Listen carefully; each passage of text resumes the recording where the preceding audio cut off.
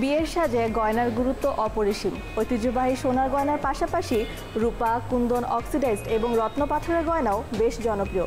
এই সব ধরনের গয়না কনের লুককে আরও আকর্ষণীয় এবং সুন্দর করে তোলে।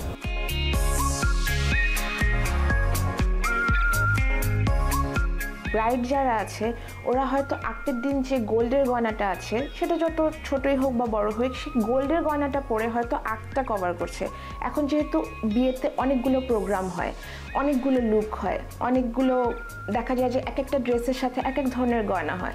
মেহেদি বা হলুদে দেখা যাচ্ছে যে কেউ কাঁচা ফুলের গয়না পরছে বা আর্টিফিশিয়াল ফুলের গয়না পরছে, আগের দিন গোল্ডের গয়না পরছে। বিয়ে কিংবা রিসেপশনের দিন ওদের ড্রেসের সাথে ম্যাচ করে যে গয়নাগুলো ওরা পরে, এটাতে ওরা খেয়াল রাখে যে যেন নিজেদেরকে ওরা খুব ভালোভাবে এক্সপ্রেস করতে পারে।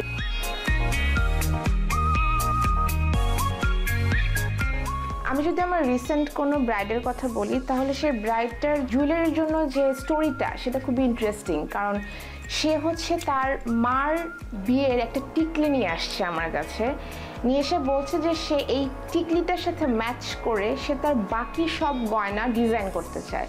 তো জিনিসটা আমার কাছে খুবই ইন্টারেস্টিং লেগেছে, কারণ হচ্ছে যে শুধুমাত্র এই একটা টিকলির উপর বেস করে সে তার পুরো বিয়ের গয়নাটা সে ডিজাইন করতে চাচ্ছে। কারণ ওই টিকলিটার সাথে তার খুব ইমোশন জড়িত আছে।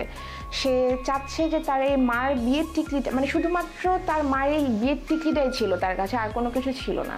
সো তার ইচ্ছা হচ্ছে যে তার মা বিয়ের দিন যেভাবে সেজেছিল বা যে লুকটা নিয়েছিল সে ঠিক সেই লুকেই থাকতে চায়।